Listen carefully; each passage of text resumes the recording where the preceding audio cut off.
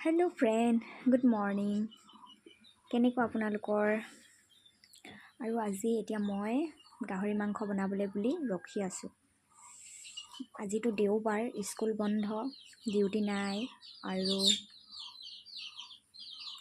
মুখখন মানে কিবা এটা খাওঁ খাওঁ লাগি থাকে। আৰু বহুত বেছি মাংস, কিবা মছলাজাতীয় খাদ্য মানে টেষ্টি খানা খাওঁ খাওঁ লাগি থাকে। আজি দেওবাৰ, সেইকাৰণে ঘৰতে আছোঁ আৰু জুইতে বনাম মাংস। একদম বিলাহী, পিঁয়াজ, জলকীয়া এইবিলাক কাটি একদম ৰেডি কৰি থৈছোঁ। আৰু মাংস আনিবলৈ গৈছে।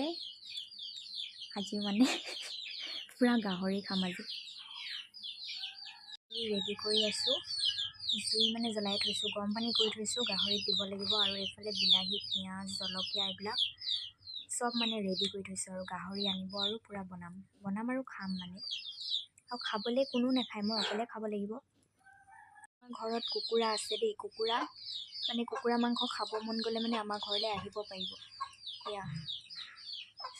ইয়াতকৈ ডাঙৰ এইখিনি আছে, সেইখিনি 4টামান বিকা হ'ল, আৰু এইখিনি সৰু।